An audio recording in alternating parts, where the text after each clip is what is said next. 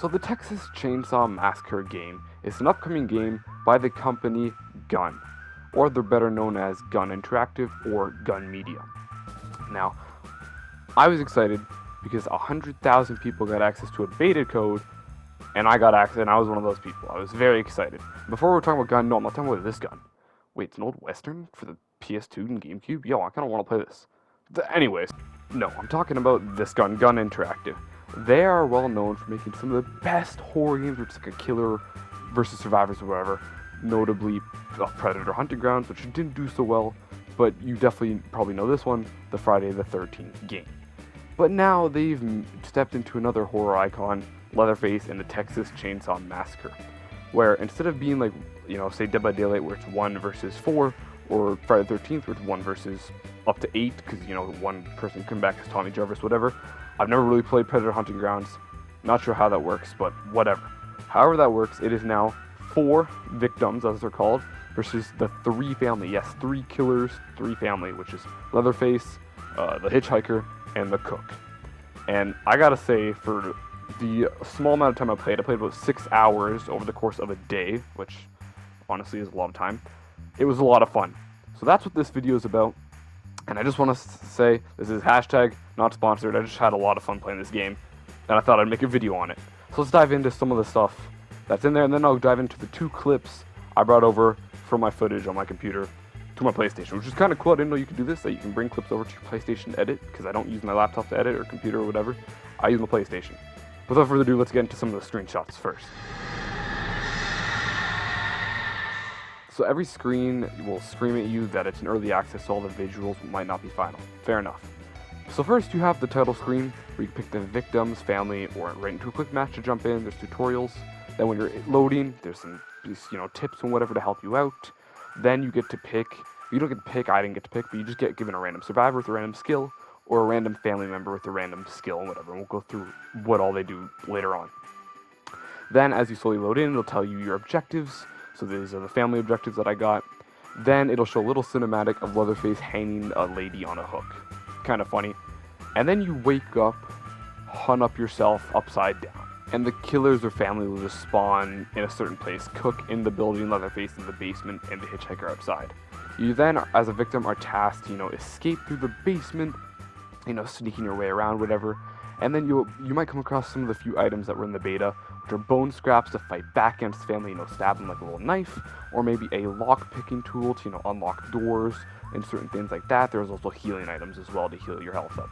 You're then tasked with usually opening a heavy metal door by lock-picking it, or it might be already unlocked, and then you either go up some stairs or you climb your way out of the basement up into the outside area.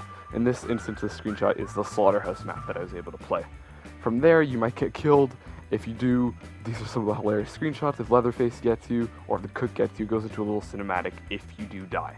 And the game will finally end with Leatherface doing his signature dance.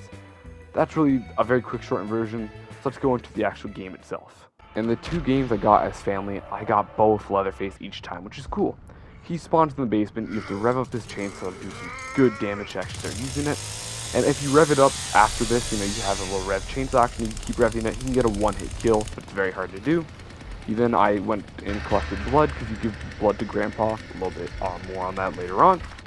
But then, a queue happened, which means one of the victims, left the basement, which means they opened a heavy door and that woke up Grandpa. You need to do that before stuff happens.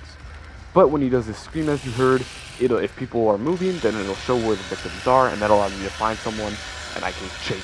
As I said, I'm the only one in the basement, so I'm the only one chasing them now. As you see, I'm revving up the chainsaw, do the 1-hit move. My chainsaw goes up, just like that, and it overheats. Of course, being Leatherface, one of his powers, though, is, again, he can chop down barriers that are in his way, or doors that are locked.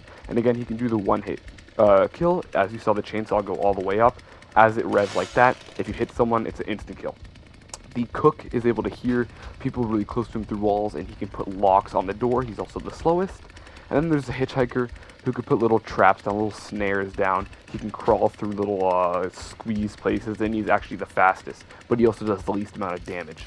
He can also hold the second most blood, Leatherface the least, and the cook the most amount of blood to feed Grandpa.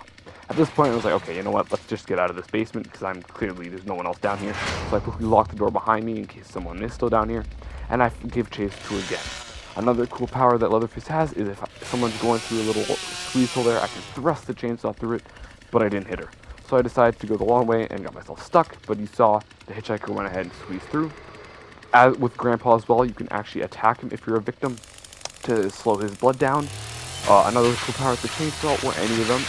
With just Leatherface with this one though, this is the one who's actually able to break these squeeze holes. Other people can just kick him down, he can break them. As a victim, there are ways to get back to the basement faster, like jumping in a well. Sure, but feeding Grandpa here is really good. What it does is it'll increase his scream frequency every time he does it, and that'll show where the victims are, obviously. I then saw the hitchhiker get a kill, which is cool. That's just a little cinematic starting. I then decided, you know what? I went down in the basement to look for anybody. Didn't find anybody down there, and someone was finally killed, so our game ended, and here's the little cinematic that plays. On to my next Leatherface game. Here, as you see, I'm collecting blood, and I'm moving around the house now. This is the second map that I can play. There's the family's house, and there's the slaughter shop, whatever, slaughterhouse, and I find a victim. I go after them, but they escape. Darn.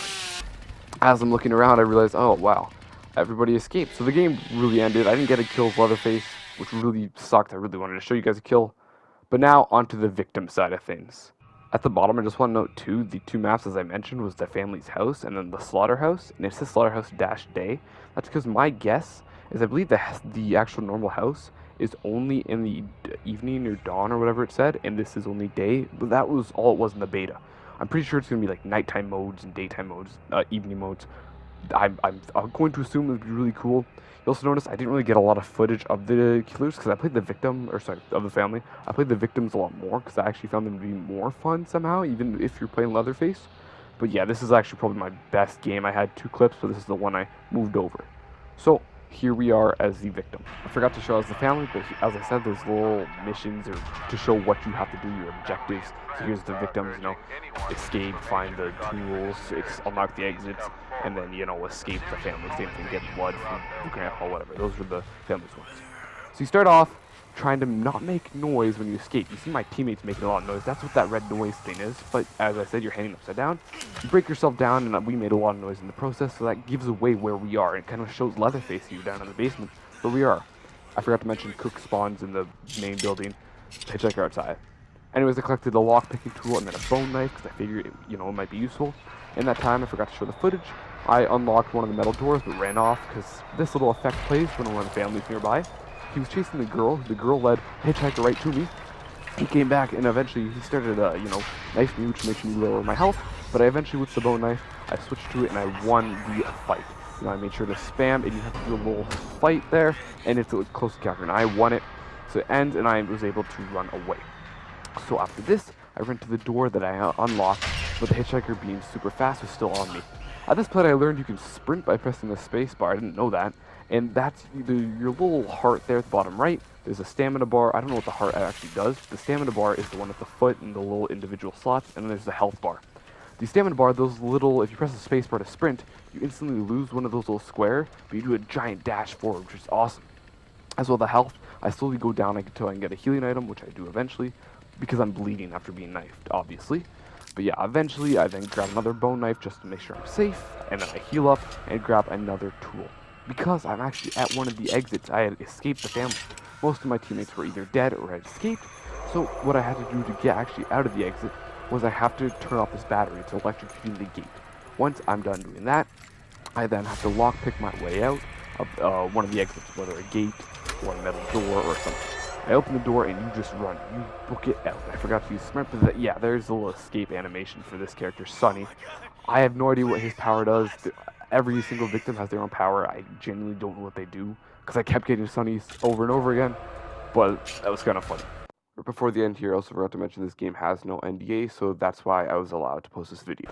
But yeah, that was the Texas Chainsaw Massacre. I know very rushed, but I mean, I have so little footage because I had so little time to play the game. 6 hours isn't a lot, and I only figured out how to record like the last few of my games, which really sucked.